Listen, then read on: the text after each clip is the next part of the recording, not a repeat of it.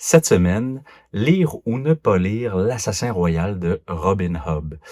Sans surprise, la réponse simple, c'est oui. Mais l'expérience que j'ai eue, j'ai l'impression qu'elle aurait pu être meilleure, même si je lui donnerais une super bonne note, là, 5 sur 5 là. Les enjeux, c'est plus j'ai beaucoup plus l'impression que les enjeux sont liés au lecteur, qu'à celle, qui a écrit son, roman. Mais c'est pour ça que je voulais, vous donner deux trois petits conseils, avant de vous lancer dans ce type de lecture-là, pour que vous sachiez un peu plus à quoi vous attendre. Puis parce que, en sachant un peu plus à quoi vous attendre, en tout cas, moi, ce que je savais pas, je pense que l'expérience de lecture pourrait être plus agréable, moins surprenante au début. Le cœur de l'enjeu, c'est, 2 concepts que je ne connaissais pas vraiment avant d'essayer de comprendre pourquoi j'avais eu de la difficulté avec l'intro de l'autrice. Puis c'est simplement là, la différence entre les histoires qui sont portées par le personnage, puis les histoires qui sont portées par les événements dans l'histoire. Puis c'est pas quelque chose de simple. Puis clairement, je vais vouloir l'adresser dans une vidéo plus complète, là. Mais grosso modo, de ce que j'en comprends, tu veux pas dans tout récit, ben, il y a des personnages, dans tout récit, il y a des événements. Fait que dans tout récit, le personnage réagit aux événements, puis les événements influencent le personnage. Fait que l'espèce de dichotomie évolue plus dans un spectre, selon moi, dans le sens où, dans un livre qui est vraiment porté par le personnage, la majorité des mots vont être plus contemplatifs, ça va être plus réservé aux doutes, aux dilemmes internes du personnage qui va débattre intérieurement, puis ce qui nous permet justement d'explorer beaucoup plus sa psychologie. Fait que des petits événements vont avoir des effets absolument monstrueux sur comment le personnage se voit, ses doutes, la façon qu'il risque de réagir face à un autre événement. Fait que il y a beaucoup de mots qui sont utilisés pour ça.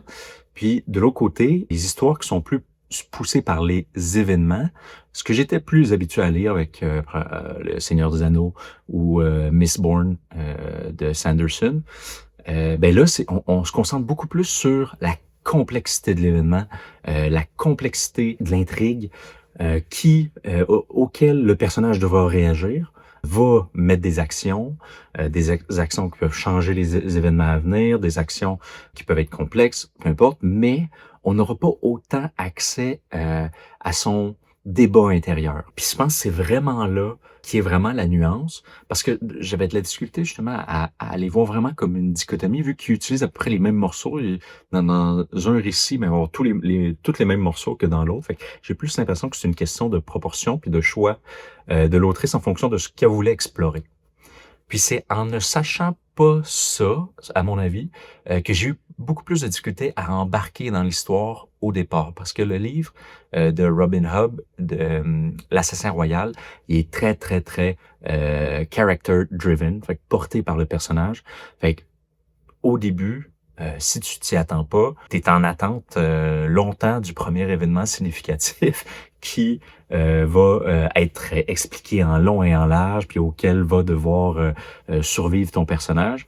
Tu es beaucoup plus dans une progression potentiellement moins impactante des événements, ou quand c'est des événements impactants sont expliqués de façon quand même sont beaucoup plus expéditifs, un peu à la manière de la réflexion du personnage dans une histoire qui est portée par l'action, mais c'est la réflexion du personnage qui va être expéditive plus que l'action elle-même. Fait que c'est vraiment un choix délibéré que l'autrice a décidé de faire, puis ça se ressent vraiment beaucoup parce que justement je pense que c'est les 300 premières pages, je les lisais en petits blocs parce que je me tannais jusqu'à un certain point. Mais si j'avais su, si je m'étais préparé mentalement, ben probablement que j'aurais changé la façon de le lire, dans le sens où je me serais donné des périodes de lecture peut-être un peu plus longues pour vraiment non seulement lire des plus grosses portions, me dire que je devais lire des plus longues portions, puis aussi de changer ma perspective de lecture pour essayer vraiment de comprendre qui est devenu Fitz, le personnage principal, ou qui devient au fur et à mesure de l'histoire ce personnage-là, qui est-il? Tu sais, puis de vraiment plus poser des questions sur l'espèce de casse-tête qu'est le personnage qu'elle essaie de nous présenter, plus que le casse-tête de l'univers. Quel est l'univers? Quels sont les enjeux qui vont arriver? Quelles sont les actions qui vont se déployer? Puis avec ça, cette perspective-là, je pense que je l'aurais davantage apprécié. Mais c'est pour ça que je dis que c'est probablement pas la faute de l'autrice, c'est plus une incompréhension, de ma part pour pleinement apprécier son œuvre. Puis de cette incompréhension-là, de ma part, peut-être que ça l'a fait émerger 2 enjeux qui sont restés un petit peu plus avec moi, de manière un petit peu, peut-être amère. Le 1er, c'est que le départ m'a sorti un petit peu de l'histoire parce que c'est un personnage très jeune qu'on explore, mais la façon que c'est raconté, ben vu que c'est porté par le personnage, ben, il faut qu'il y ait beaucoup de réflexion interne, beaucoup de discussions avec lui-même jusqu'à un certain point. Puis l'enjeu qu'il y a avec ça, c'est que, ben, prendre un personnage jeune fait en sorte que c'est un peu étrange à lire parce que tu te dis, OK, mais il discute de manière, tellement complexe avec lui-même, il partage des idées, tu sais, il va tellement loin dans la réflexion que t'as pas vraiment l'impression d'avoir un enfant devant tes yeux, mais tu as plus l'impression de voir un adulte qui se raconte son enfance, mais dans des détails absolument monumentaux, comme s'il y avait une mémoire absolument incroyable.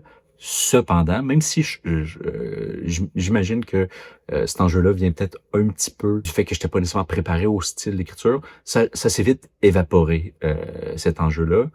Aussi que le personnage finit par vieillir un petit peu. Donc, ça colle pas à la peau tout au long de la lecture. Fait que c'est pas nécessairement un enjeu si significatif que ça, mais c'est un élément qui m'a sorti un peu au départ.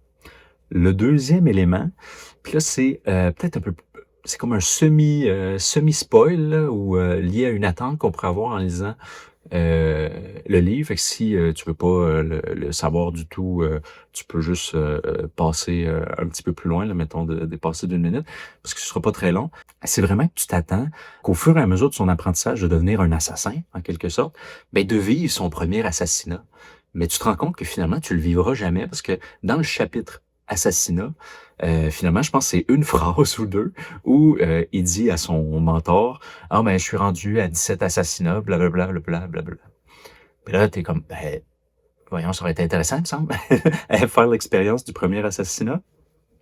Puis c'est là, justement, qu'encore une fois, comprendre l'objectif de l'autrice permet de résoudre un peu cette insatisfaction-là que j'aurais pu avoir. C'est que vraiment, justement, tu veux comprendre la psychologie du personnage, puis tu veux pas qu'elle soit mise sous le parapluie d'une action trop importante, puis qui devrait être expliquée en détail, comme elle le serait dans une histoire où c'est davantage l'histoire, les actions qui portent l'histoire.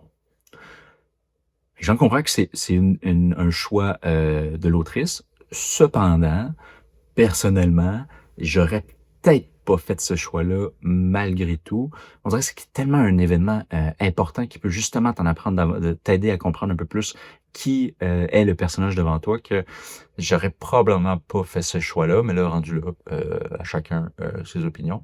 Pas d'enjeu là-dessus. Je donne malgré tout un 5 sur 5 au livre sans aucun problème. Fait que c'est vraiment ces 2 petites nuances-là que j'apporterais, mais sinon, vraiment excellent livre, je le recommande. Puis, il y en a vraiment, plusieurs, là, fait que je risque de les lire, là, je vais lire le deuxième de Mistborn, fait que je pourrais vous en parler, mais je pense que j'ai plusieurs séries que je vais lire, un livre à la fois, une fois de temps en temps, puis je vais vous les partager. Fait que, voilà, puis, faut garder à l'esprit justement, c'est pour ça que je donne quand même un 5 sur 5, c'est que c'est pas parce qu'elle changerait certaines choses dans son récit pour davantage, répondre à mes préférences, je pense jusqu'à un certain point que le livre serait meilleur. Puis ça, faut faire vraiment attention. Je finirais probablement avec ça. C'est que un livre, c'est un tout. Si tu changes un élément, ça peut changer tout le reste de ton expérience avec le livre, que ce soit positivement ou négativement, puis c'est assez dur à prédire, je pense, parce que je pense qu'il faut pas sous-estimer à quel point, justement, la fin du livre devient porteuse, intéressante, puis bonne jusqu'à un certain point, parce que tu as eu toute cette période-là d'apprentissage de qui était le personnage principal. Fait que si elle avait fait des choix différents en nuançant un peu son character driven, en mettant le premier assassinat, ben peut-être que la fin aurait pas été aussi satisfaisante pour la simple et bonne raison que c'est niaiseux, mais peut-être que justement cet assassinat-là aurait pris tellement de place que la fin aurait pu sembler un peu décevante, car moins ambitieuse que l'effet que l'événement aura sur le personnage principal. Fait que c'est ça, c'est vraiment dur à dire si un changement pour un livre qui est reconnu comme déjà très, très bon, le rendrait vraiment meilleur ou tout simplement moins bon. Fait que voilà, un livre super intéressant. Puis, comme je vous dis, je risque d'essayer d'explorer un peu plus ce spectre-là entre les récits poussés par le personnage puis les récits poussés par les actions, parce que clairement, ça va influencer un peu mon écriture, moi aussi. Donc voilà, fait qu'encore une fois, merci d'avoir été là cette semaine. Puis on se revoit la semaine prochaine. On lâche pas, vive les projets. Ciao!